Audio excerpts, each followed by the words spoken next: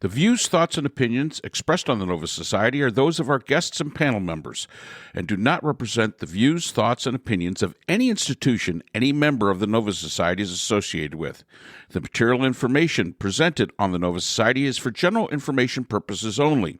Reproduction or dissemination for the purpose other than education is prohibited without express written consent of the Nova Society. We'd like to welcome everyone back to the Nova Society, and today our panel will be answering another listener email, this from an anonymous student at the University of Texas, who has informed us that a recent overturning of a law in Texas has shut down the Diversity, Equity, and Inclusion Department at the U of T.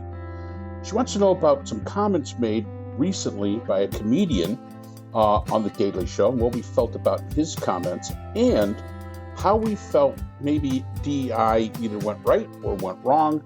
Do we agree with it? And what our general feelings were about the idea of DEI. So let's listen in. Our next email comes from an anonymous student at the University of Texas. A law in Texas has banned DEI services at the University of Texas. A rapper, actually, I believe he's a comedian, but maybe he does some rapping. Charlemagne the God recently called DEI mostly garbage. She's asking, what does the panel think? And of course, I sent out the link to the Daily Show where Charlemagne the God was talking, and actually, he made a couple of fairly good points.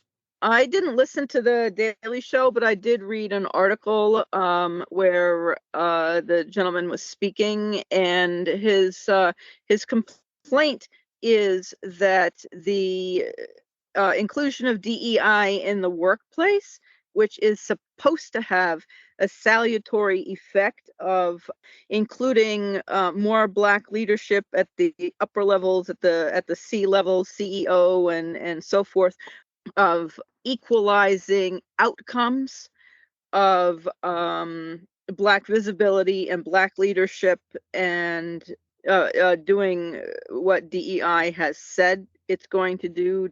That has not happened, and it has in fact sparked a backlash, and seems to have made matters worse, in fact.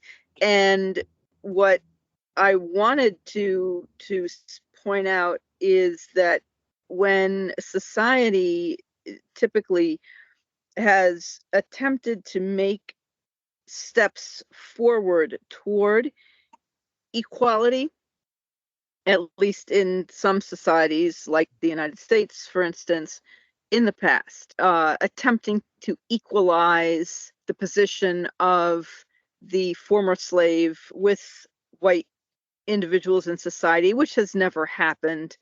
I mean, we still have structural inequality in this country quite clearly. Despite efforts to equalize, there is going to be a blowback from those who are fearful of losing power and losing the position they already have, which is why we have stuff like the great replacement theory and nonsense like that. People are afraid of losing what they already have. And so we see that with people who are terrified of what immigrants are going to do. And they're going to take over and take our jobs, and they're going to replace us, and they're going to do this, and they're going to do that. And that's the same point that Charlemagne the God is making, that what is being promised of these programs in the workplace, it's not forthcoming.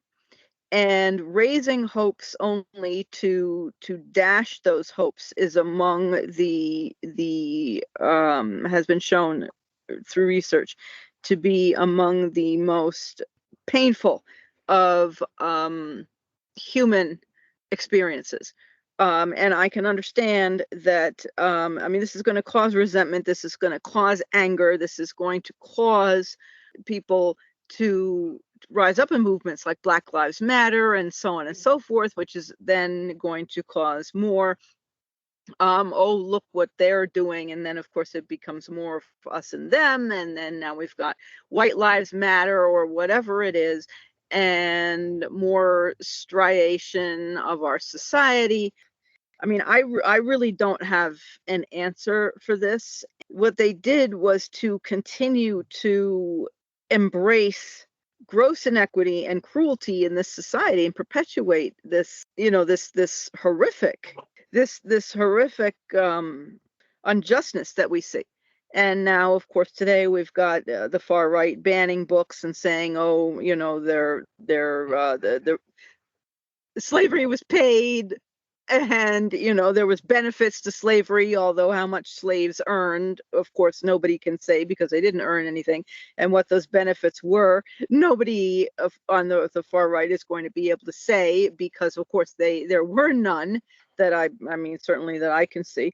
And when people have any like street level research asking white people, do you feel that there's inequality in the United States? They typically say, oh, no, no, no. But when they're asked, would you trade places with a black person and would you be a black person? The answer is, oh, no, no, no, no.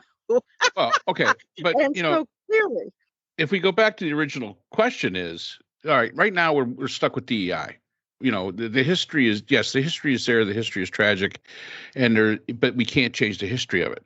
What they're basically saying is that Texas is banning DEI services at the University of Texas, and a black man is saying that the idea of DEI is garbage.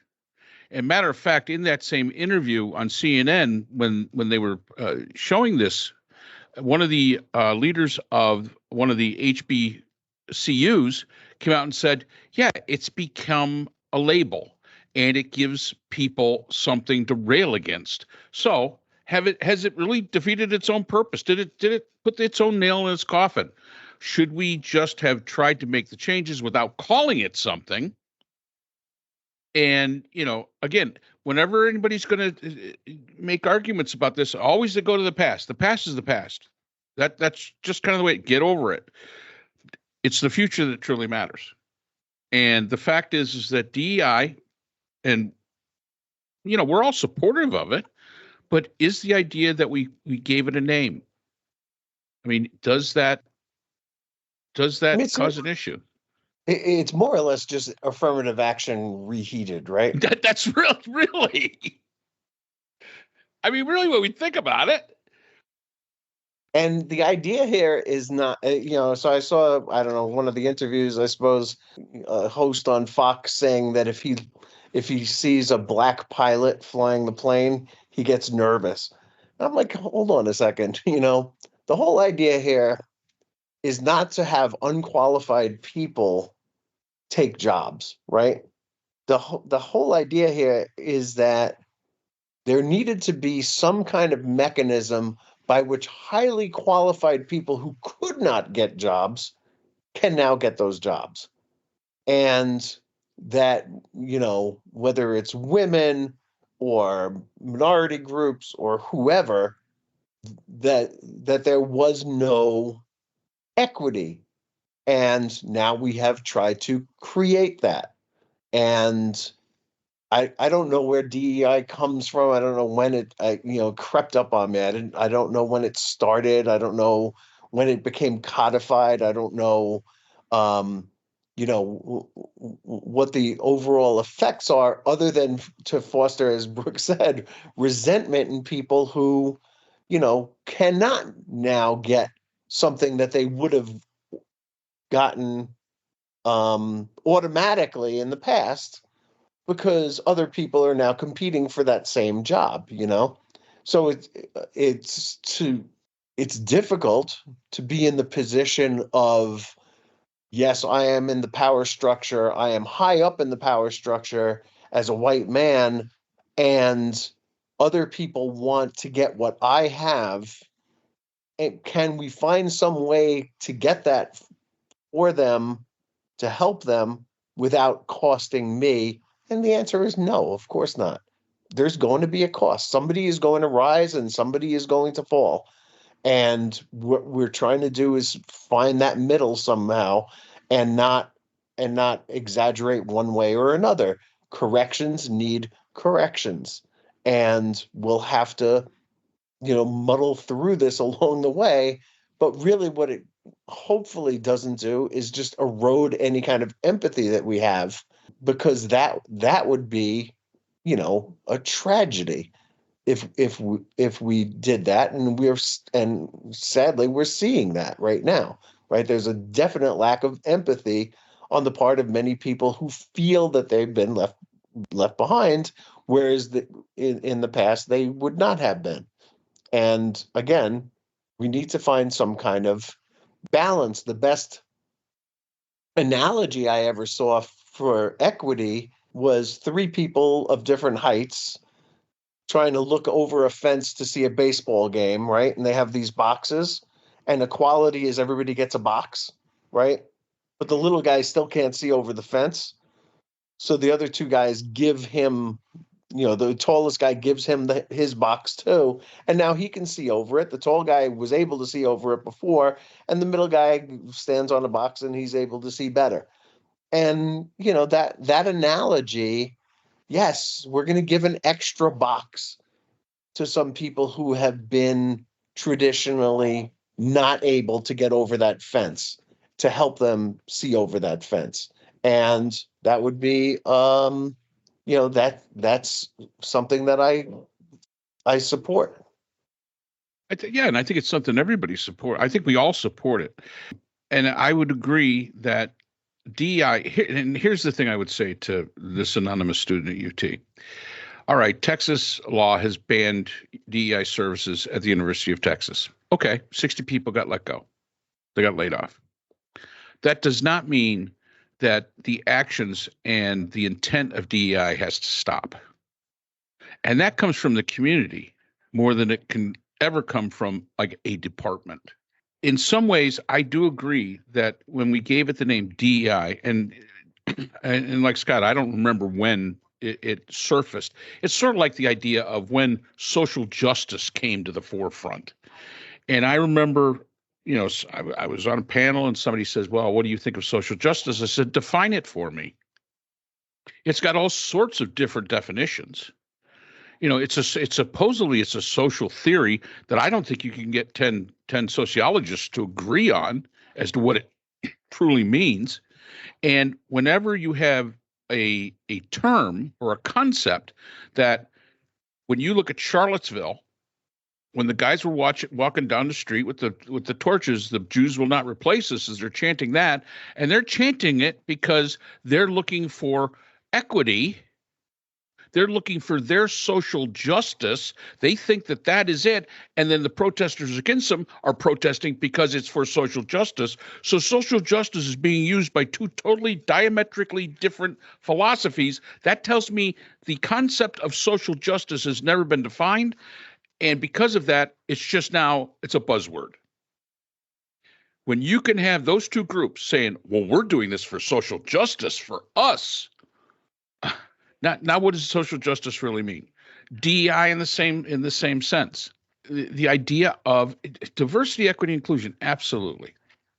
And I like, and I have seen that cartoon that Scott talks about. And it's a great cartoon that does show it. But the fact is the tall guy had to give the short guy the box. He didn't need a department to tell him to do that. He did it because it was the right thing.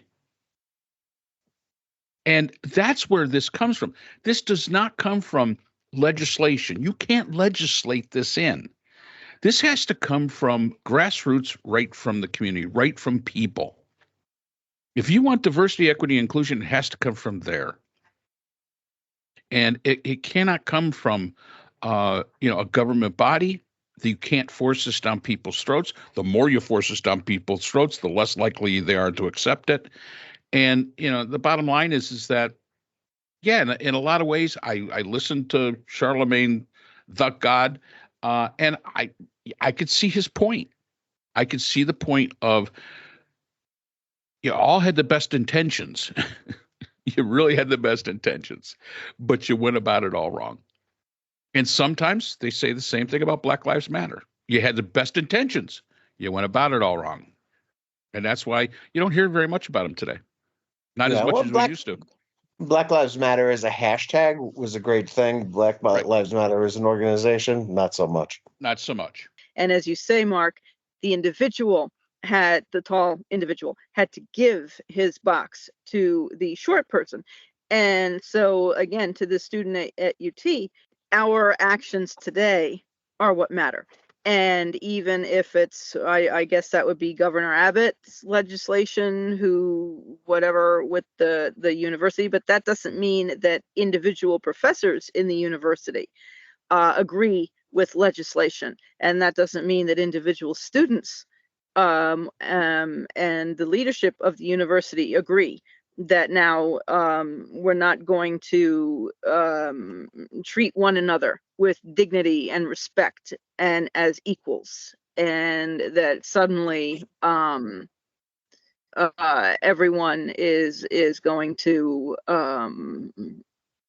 look with one another with paranoia and suspicion. And so it's what you do as the student that matters, and what you see others do, and whether you decide to call out what you see that you recognize as being unjust, that matters. So it's your individual actions, the same as our individual actions on the panel and what we do in our private lives as well as professors, that matters. And just as the individual actions in the past that still resonate today, that mattered then and they matter now. That's right. Equity and inclusion in my classroom is guided by me. Yep. And if there's going to be diversity, equity, and inclusion, I think in all of our classrooms, it's our responsibility to do that. And it's our responsibility to ensure that our students understand that that's the way it's going to be. I don't need a department in the university to tell me. I don't need somebody that's hired there that's what they're the watchdog for it. I don't need that. I have a responsibility as a human being, as do my students. And, again, this probably is one of those cases where we went about it all wrong. I mean, we gave it a name. We started trying to force it down, and people just absolutely do not accept the forces, that these ideas being forced on them.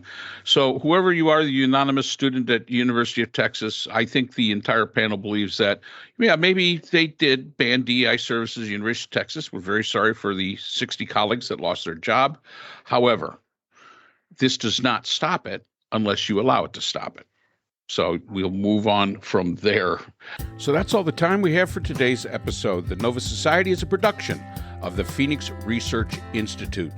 We'd like to thank our sponsors for this episode. BH Conflict Resolution Services, a full-service dispute resolution firm offering expert and cost-effective mediation services to couples, groups, and businesses. BHCRS can be reached at www.bhcrs.com. We'd also like to thank our podcast partners, Buzzsprout, who hosts the Nova Society, Audacity, our editing partners, and Podkite, who does all of our analytics.